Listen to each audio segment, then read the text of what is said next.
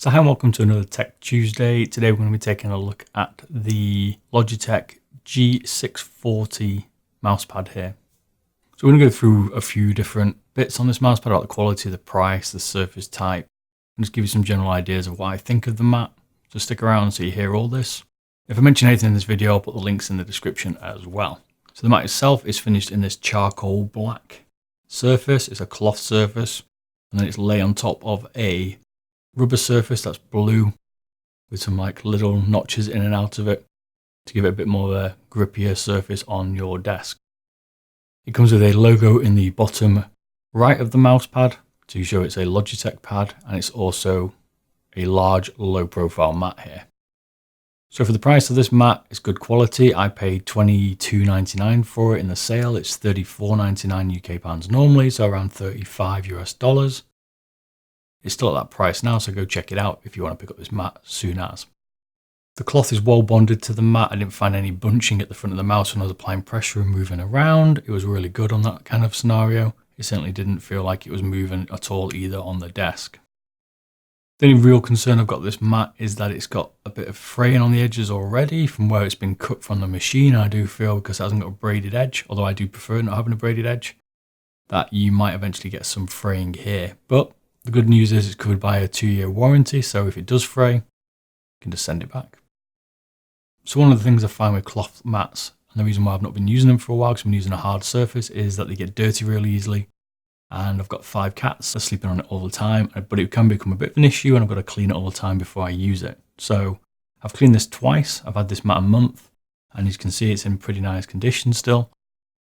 It's pretty easy to clean, and it's not really getting too dirty like some of the cloth ones I've used before. So far, I'm happy with how it's performing here in a kind of dirty test, should we call it. If you want me to do a video showing you how dirty it is in the next 3 months or something, hit the like button. If I get around 20 likes on this, I'll do a video giving you an update how this mat's lasting with fraying and how clean it still is after that period of time, because I expect it's going to be pretty dirty. So let's get on to the main bit here, the surface itself. This for me is a controlled slow surface. I've been using hard surfaces, so I'm used to a little bit more of a faster pace. I've been using a Logitech G Pro wireless that I've done a review for, so I'll put a link in the description as well if you want to get up on that.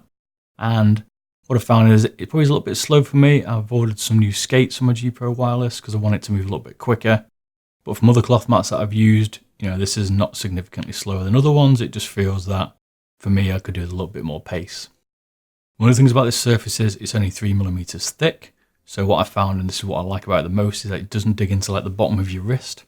When you're gaming, like some of them will just slowly like wear away at your wrist. Obviously your hand doesn't fall off, but you can get some little burns perhaps if you're playing a lot, and this one doesn't do that for me because of the profile of the mat.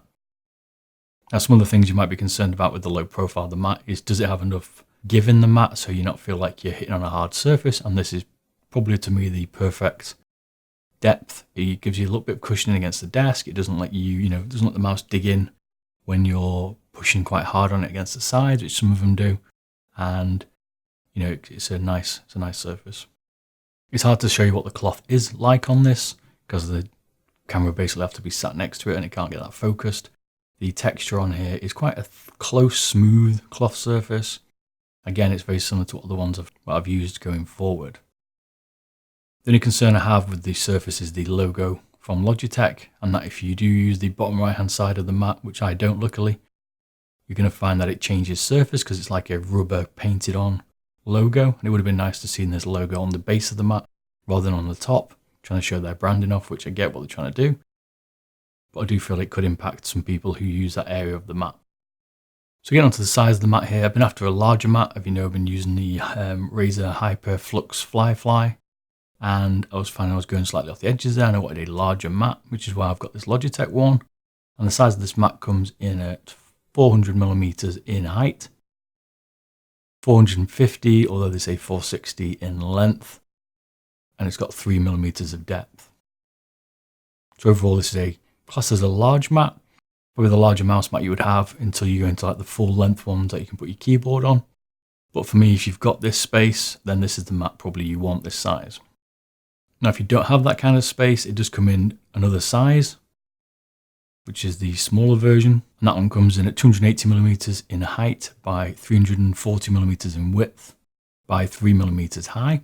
And then if you do want a braided edge, which is different here, because some people might like the braided edge, I personally not a fan of them, but there is one here from Team Solmid, and sorry if I ruined that name, and they do a braided edge and they have the same thickness, although the braided edge is going to be a little bit thicker.